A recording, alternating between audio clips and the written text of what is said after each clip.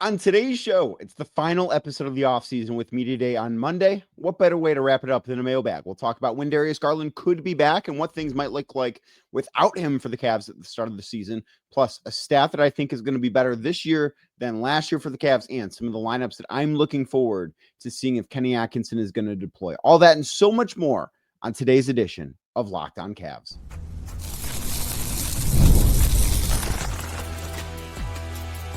You are Locked On Cavs, your daily Cleveland Cavaliers podcast. Part of the Locked On Podcast Network, your team every day.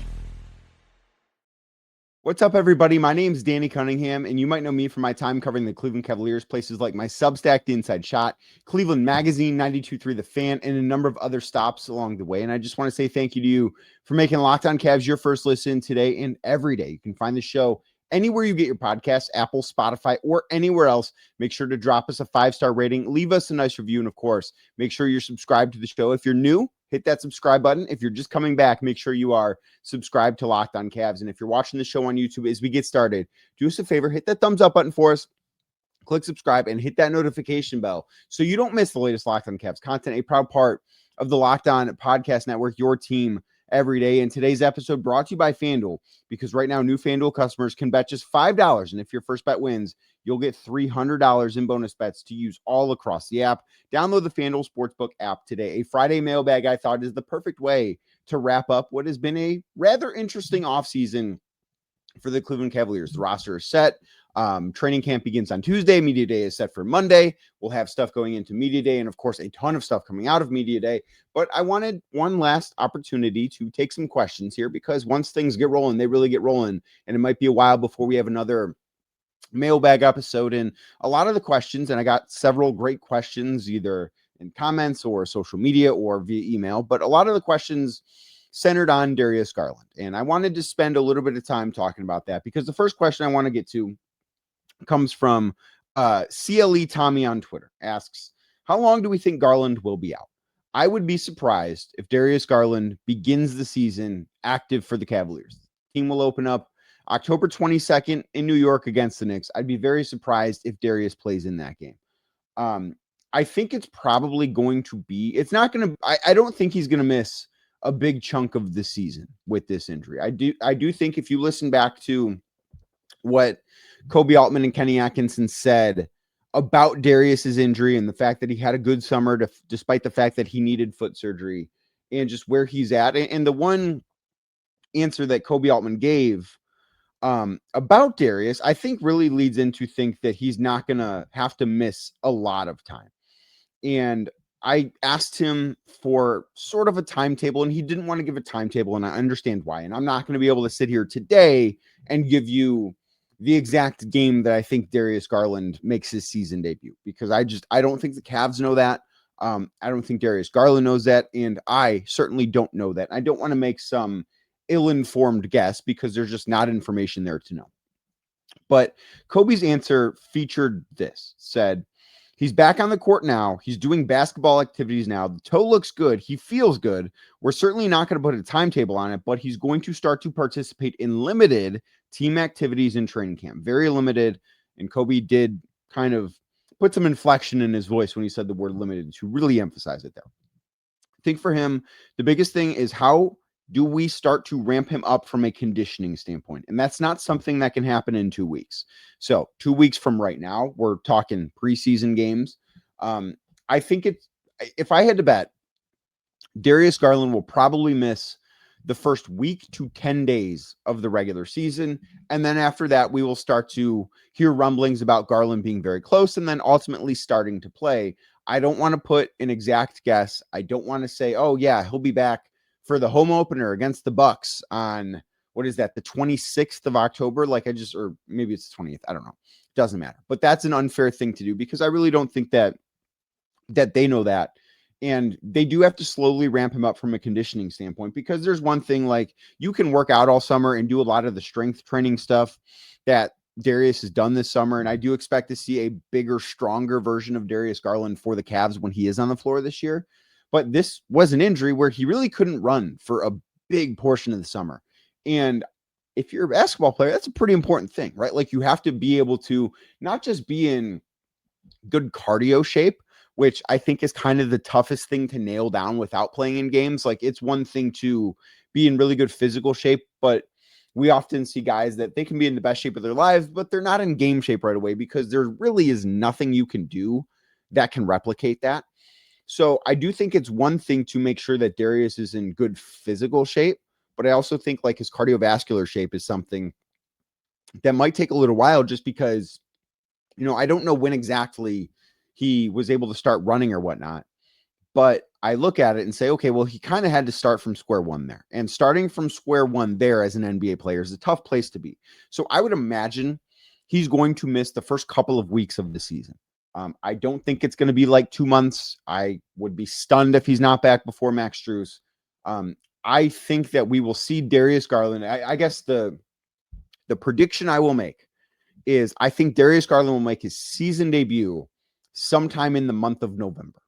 And I know that's relatively broad, but I don't think that there's a firm answer out there. Certainly not one that I have uncovered to this point. And another question that really has to do with this comes from Zobro asks, do you think the Cavs will play a smaller rotation of 8 or 9 players until Garland and Max Strus return, or will they go deeper into their bench and play almost everyone substantial minutes to start the season? So I don't think they're going to go like Kenny's not going to play a 12-man rotation. I don't foresee if the Cavs are fully healthy, I'd be surprised if Thomas Bryant is getting minutes. Like, I think he's a good depth piece. I think he is good insurance for if something happens to Jared Allen or Evan Mobley or Larry Nance Jr. But I don't think like he's part of that rotation. I do think that Kenny Atkinson is still going to want to play 9 to 10 guys because that has been a big part of Kenny's MO as a coach. He does not want to play guys heavy minutes.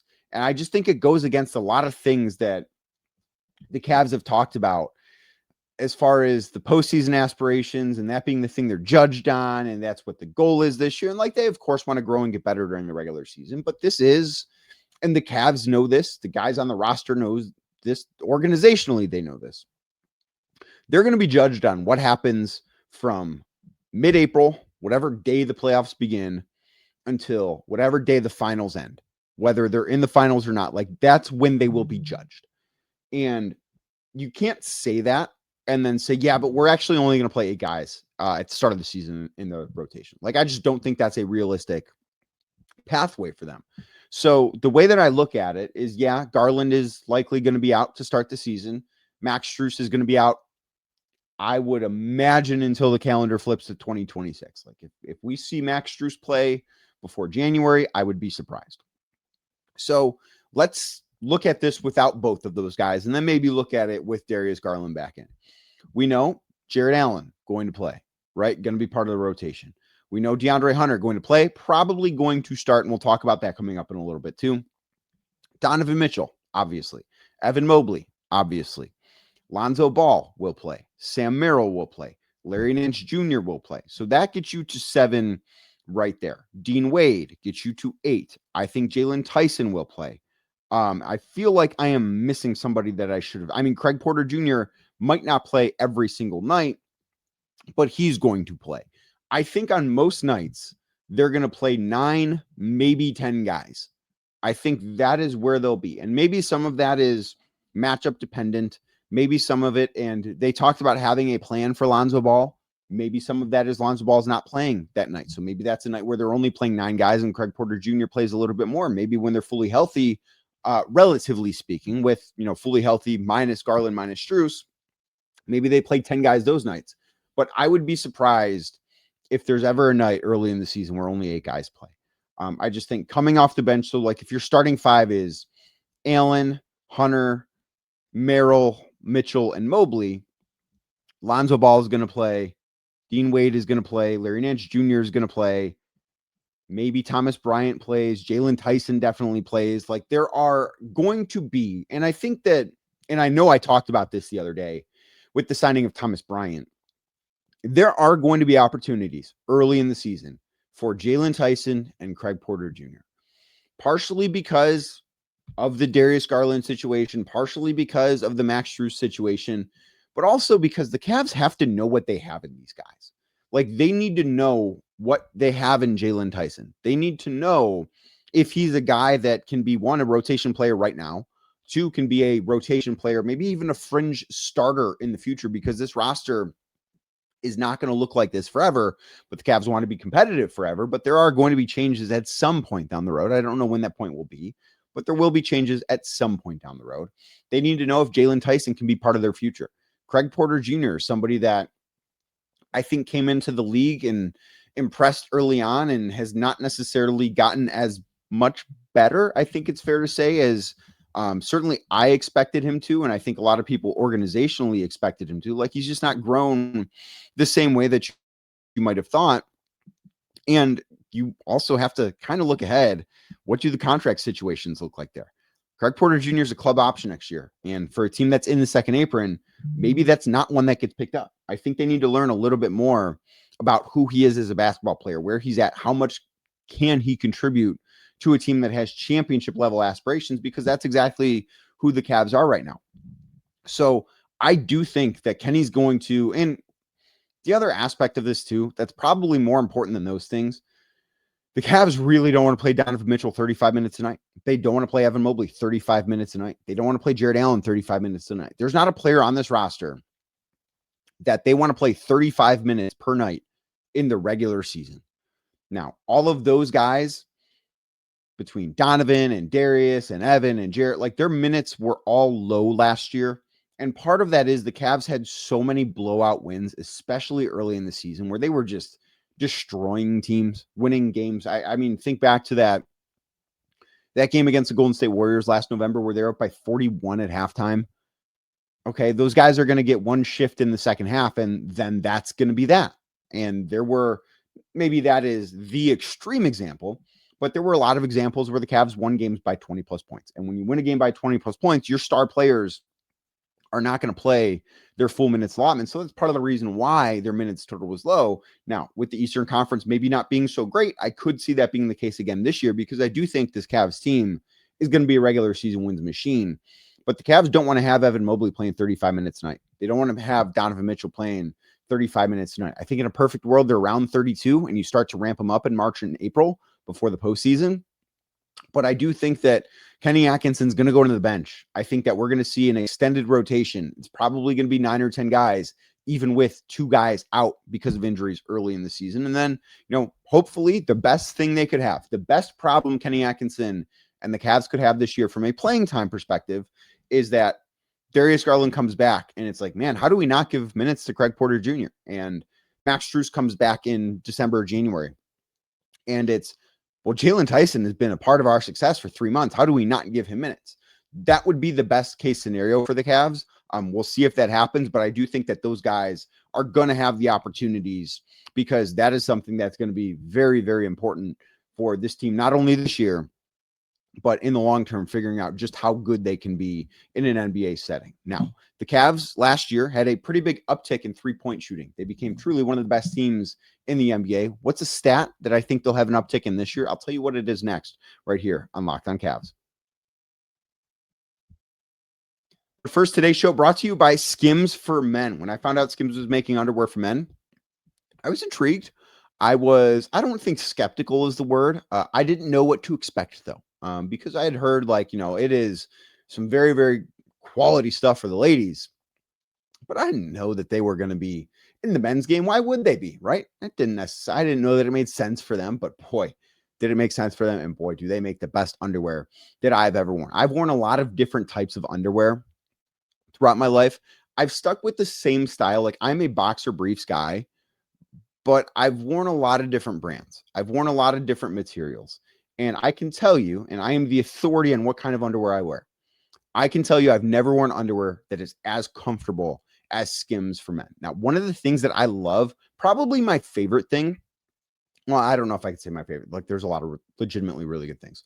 But one of my favorite things is that it doesn't bunch up on the side. Like, it keeps its shape. And one of the issues that I've had previously with other brands of underwear is it rides up on your hips and it gets super uncomfortable, and you're like trying to have to adjust your underwear through your pants. And nobody wants to see that. Nobody wants to do that. That doesn't happen with Skims. You're taken care of because it keeps its shape. It's truly the best, most comfortable underwear that I've ever worn. You should want to feel about your underwear the way I feel about mine. And the best way you can do that is head on over to Skims. So shop Skims Men's at skims.com. That is skims.com. Let them know that we sent you, because after you place your order, select podcast in the survey and select this show in the drop-down menu that follows. Again, shop Skims Men's at skims.com. That is skims.com. And you can love your underwear as much as I love mine.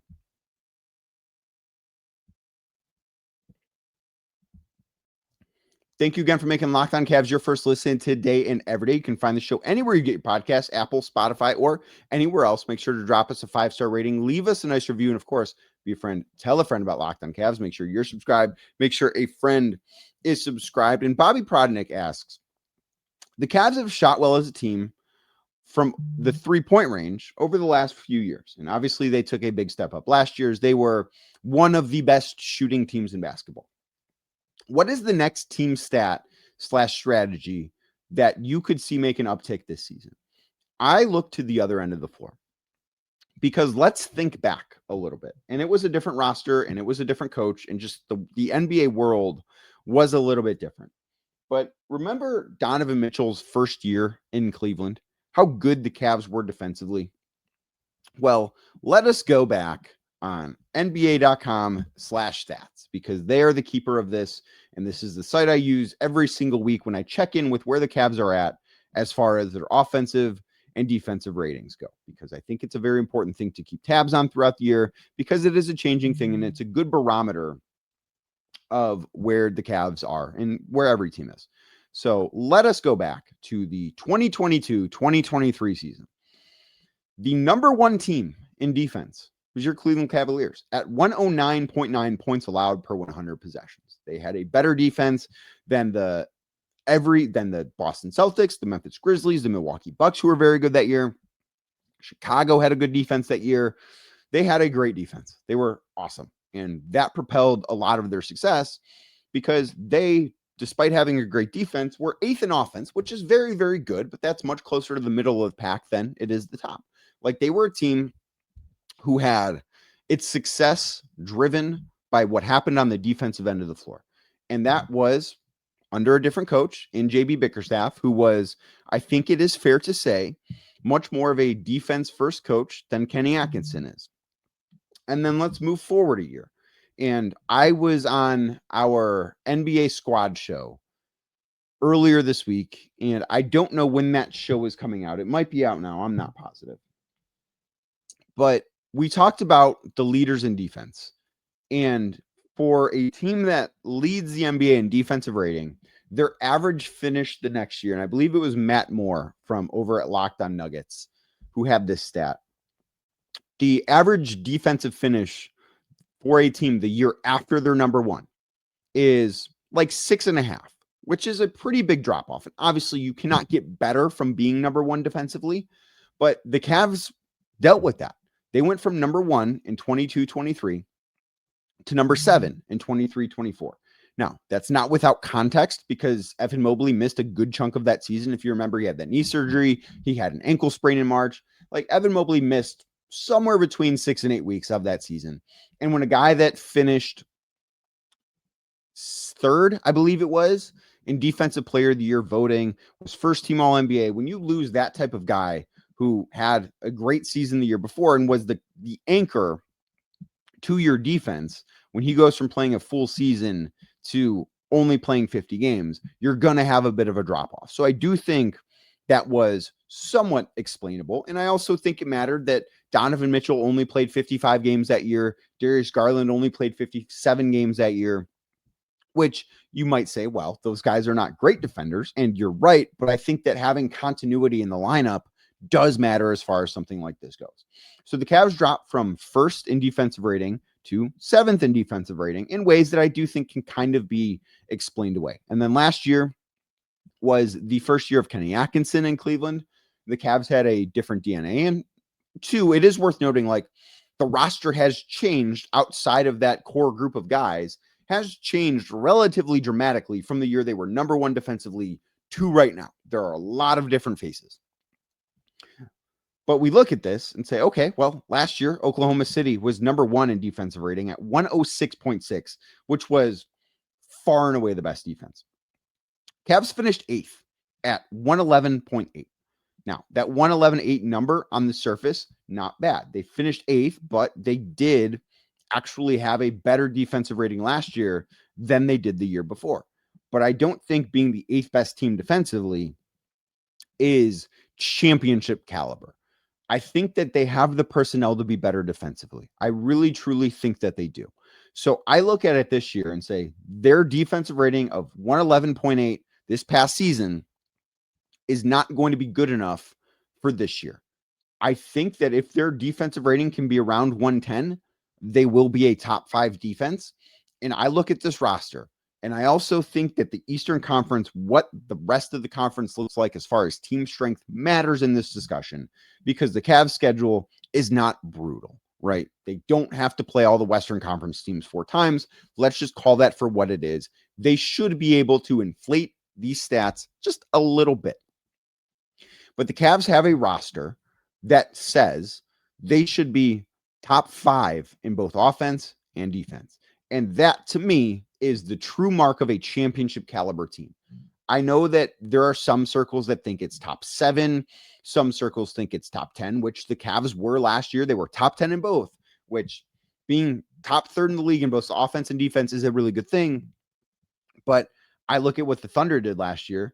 They were number 1 in defense. They were 3 in offense. Boston Celtics were number 2 in offense. They were number 4 in defense. Like those teams, and I know that Boston fell apart and they lost in the same spot that the Cavs did in the second round.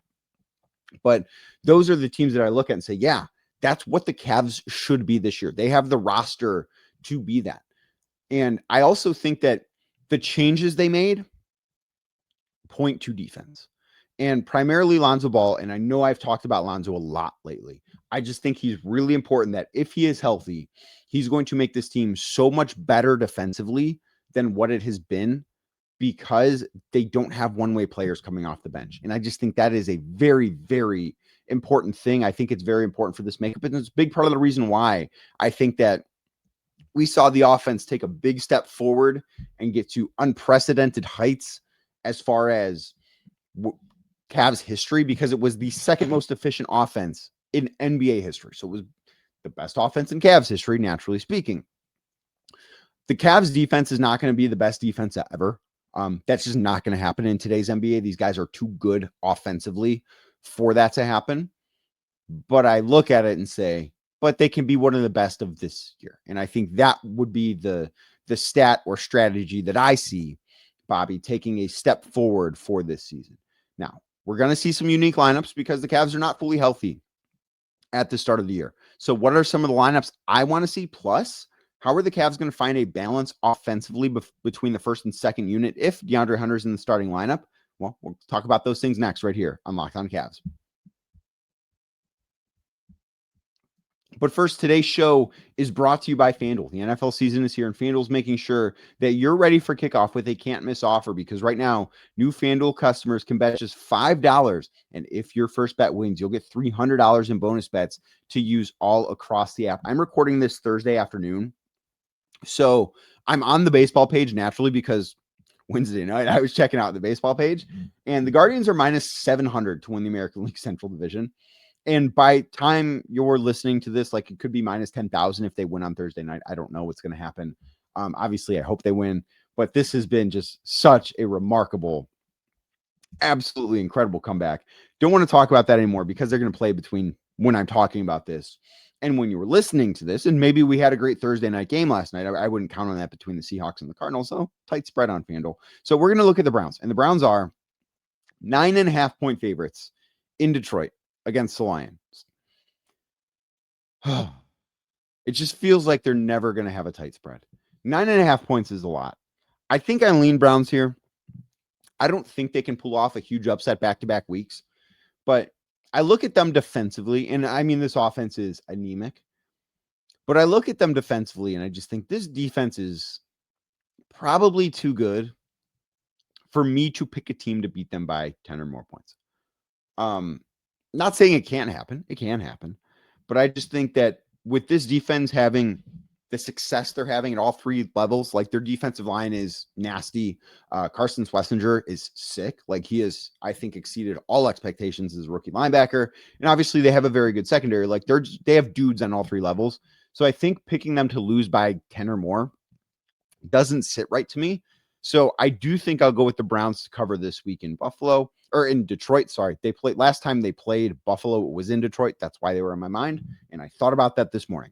So if you're ready to play, if you're ready to potentially get $300 in bonus bets, all you got to do, your first $5 bet, if it hits, $300 in bonus bets to use all across the app. If you're ready to play, download the FanDuel app right now by visiting FanDuel.com. That is FanDuel.com to get started. Again, FanDuel.com to place your first $5 bet. If it hits, $300 in bonus bets could be yours. FanDuel, play your game.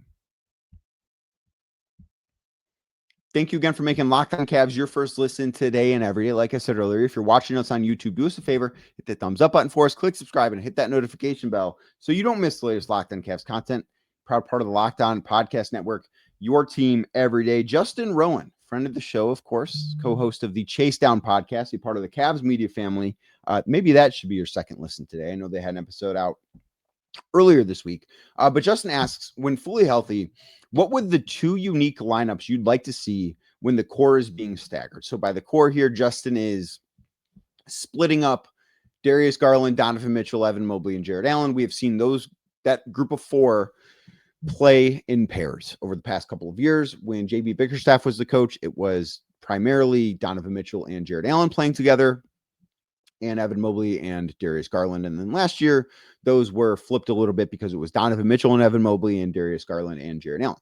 So I am under the presumption that when they're fully healthy, those pairings are not going to change. I don't see a reason for those pairings to change. I think Donovan is a very good fit with Evan. I think Darius is a very good fit with Jared as well. So the two lineups that I wrote down here, and I love this question, is Donovan Mitchell, Sam Merrill, Lonzo Ball, Evan Mobley, and Larry Nance Jr.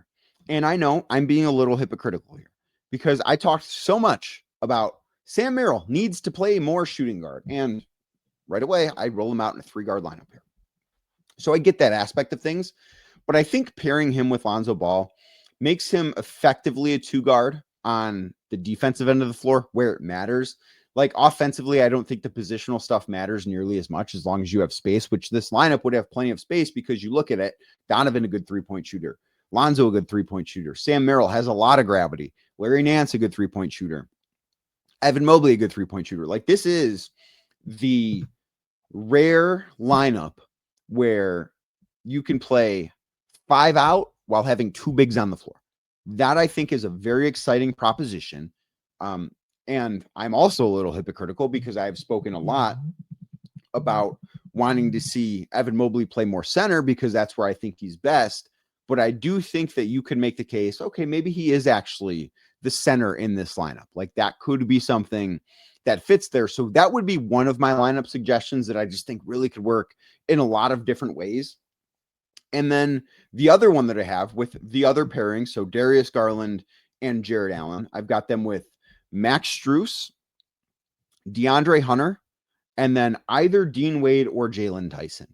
I might lean Tyson here because I think he has a little bit more playmaking chops, although Dean Wade is a better shooter, certainly a more established player. And I think if you have Tyson out there, it kind of shifts Hunter to the 4, which is something I've talked very much about not loving.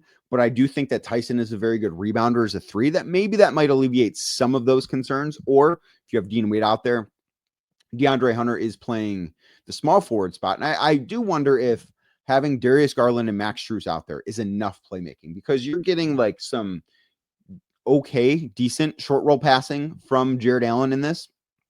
But I don't look at DeAndre Hunter really as a playmaker. And I look at times Dean Wade can be a little too indecisive, but I do think that Jalen Tyson is somebody that does qualify as that playmaker that you would want on the floor in that type of group. That's a question I love. And I can't wait to see what kind of lineups that Kenny Atkinson rolls out there when the Cavs do get fully healthy. It's just, hey, unfortunately, I hate to say this, we might never see the Cavs fully healthy because that's how the NBA works. And then last question for this episode comes from Cavs Nation France. How do you think the Cavs will find a balance offensively between the second unit and the starters if DeAndre is added to the starting lineup. So the only reason that I look at it and say, yeah, I understand keeping DeAndre Hunter on the bench is the offensive pop that he provides. And I do think that maybe gets a little bit overvalued, not his offensive pop, but like who's going to do stuff with the bench. Because the bench units, which I just got done talking about, what realistically are 2 bench units. The bench units will always have either Darius Garland when they're healthy, either Darius Garland or Donovan Mitchell in them. Like they're going to have offensive pop, and they will sometimes have Evan Mobley in them. Sometimes they will have DeAndre Hunter in them. So I don't look at this as a huge concern. But what I do look at is Lonzo Ball, his playmaking, I think can elevate this. And I do think it can force some of the bench units, particularly ones that have Evan Mobley at center or even Larry Nance Jr. at center. If those units can play a little bit faster than maybe the starters, I think that could be a way to sort of make up for some of that balance being out of whack. And this is going to be, I think, the biggest thing to watch early in the season when the Cavs are not fully healthy. When they're fully healthy, I just don't think that this is a worry. Like Max Strus can provide things coming off the bench. Like they are fine with DeAndre Hunter in the starting lineup when they're fully healthy. When they're not fully healthy, particularly when they don't have Darius Garland, that is when I think it's a bit of a worry. So that to me is going to be one of the things that I'm most fascinated to see how it goes early in the season. I look at it and say they can still have Donovan Mitchell or Lonzo Ball or DeAndre Hunter. Like they can still find enough guys that can either score or go out there and create for others. But I do wonder if with Darius out to begin the year, I wonder if we see Donovan Mitchell playing with Jared Allen as his pairing. And maybe we see Lonzo Ball come in and he is paired up with Evan Mobley. Maybe that's the direction the Cavs go.